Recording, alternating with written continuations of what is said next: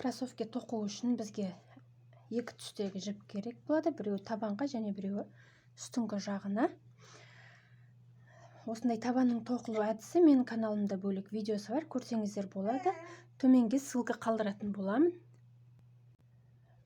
Кроссовканың оң жағы, сыртында тұратын ішкі жағы. Осылай өзімізге ұстаймыз да.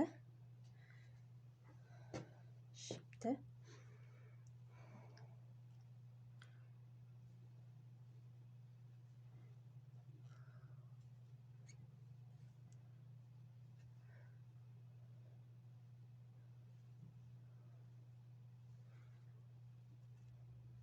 Бұл қатарда біз ештеңе қоспаймыз, қысқартпаймыз. Тек айналдырып тоқып шығамыз. Осылайша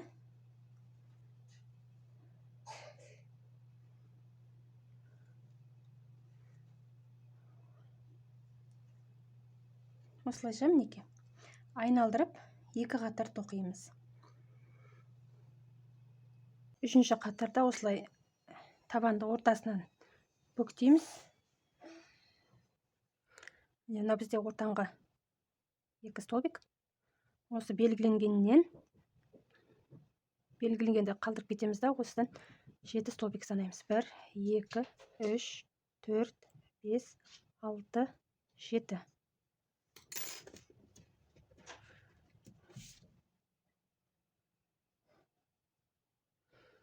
Бір, 2, 3, 4, 5, 6, 7. Белгіленгенмен 8 болады. Мына жақтан да 1, 2, 3, 4, 5, 6, 7.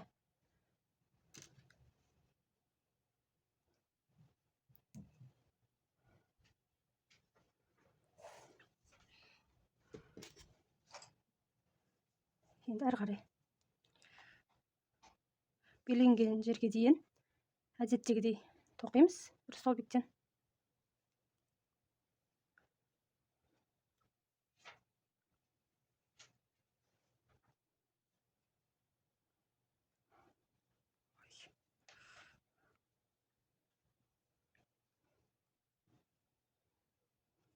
Белгіленген маркерге келдік. Маркерді аламыз. Енді қысқартамыз. Бір столбик. Екіншісін екеуін бірге қосамыз. Енді біреуін тоқимыз. Келесі екеуін қосамыз.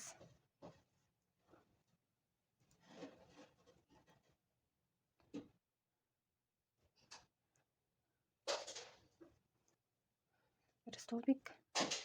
Екеуін қосамыз. Осылайша мінекей мына жақты да екеуін қосамыз, біреуін өзінше тоқимыз. Екеуін қосып, біреуін қалдырып, екеуін қосып бітіреміз да, әрі қарай әдеттегідей аяқтаймыз қатарды. Бұл қатарда да біз алдын дөңгелету үшін столбиктер қысқартатын боламыз. Сол үшін тағы да осылай ортасынан бүктейміз да, ортаңғы жаңағы біздің ортаңғы петлямыз осыдан 1, 2, 3, 4, 5, 6. Алтыншысы. Мына жақтан да 1, 2, 3, 4, 5, 6.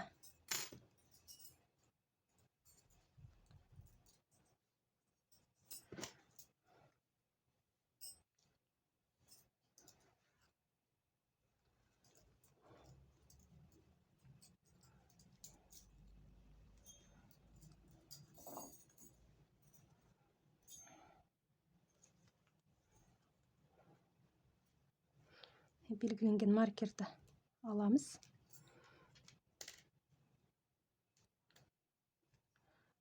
Іліп шығарамыз. Келесі столбик.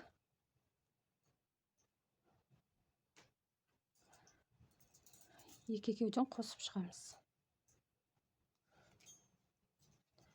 Осылай соңына дейін, белгіленген маркерге дейін екеуден қосып тоқимыз да, әрі қарай бір-бірден тоқып шығамыз.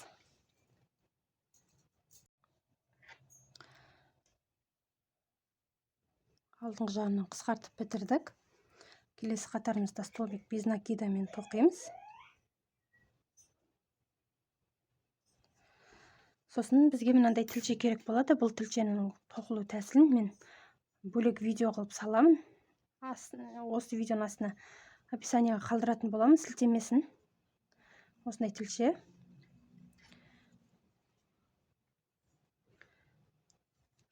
Біз қысқартқан жерімізге дейін столбик без накида тоқимыз.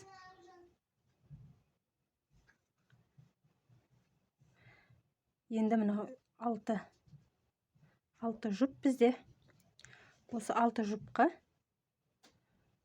тілшені орнықтырамыз. Тіліп алдық.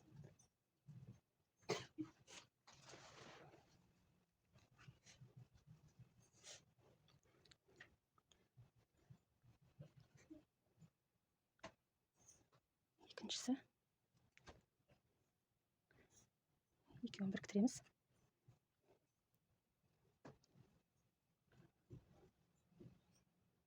Үшіншісі.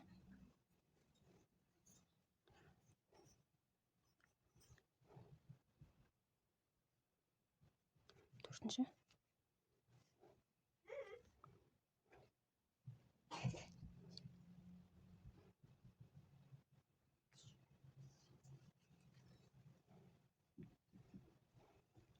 Соңғысы мінеке.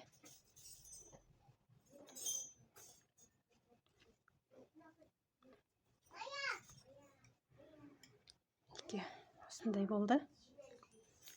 Енді әрі қарай столбик без накида тоқимыз. Мынандай жіптерді арасына соқып жіберу керек.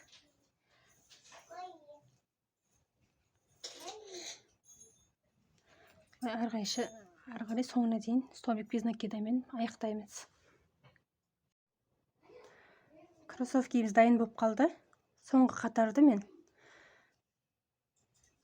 осындай қара түсті жіппен табанын тоқығандай бір тоқып шығамын. Столбик без накида.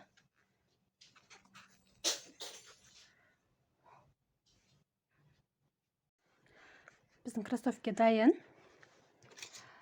Мынандай өкшесіндегі және алдындағы нелерін, детальдарын бөлек видео қылып салатын боламын, қалай тоқитынын. Мынандай жерге басқашалайды. Өзіңіздің қалауыңызбен әсемдесеңіз болады. Nike'тың белгісін, Adidas'тың логотипін тоқып салуға болады. Немесе дайын сатылатындар болады. Солардан да тігіп қойсаңыздар да болады. Мінеке. И тура осы схемамен осындай түрлі түсті етіп тоқуға да болады.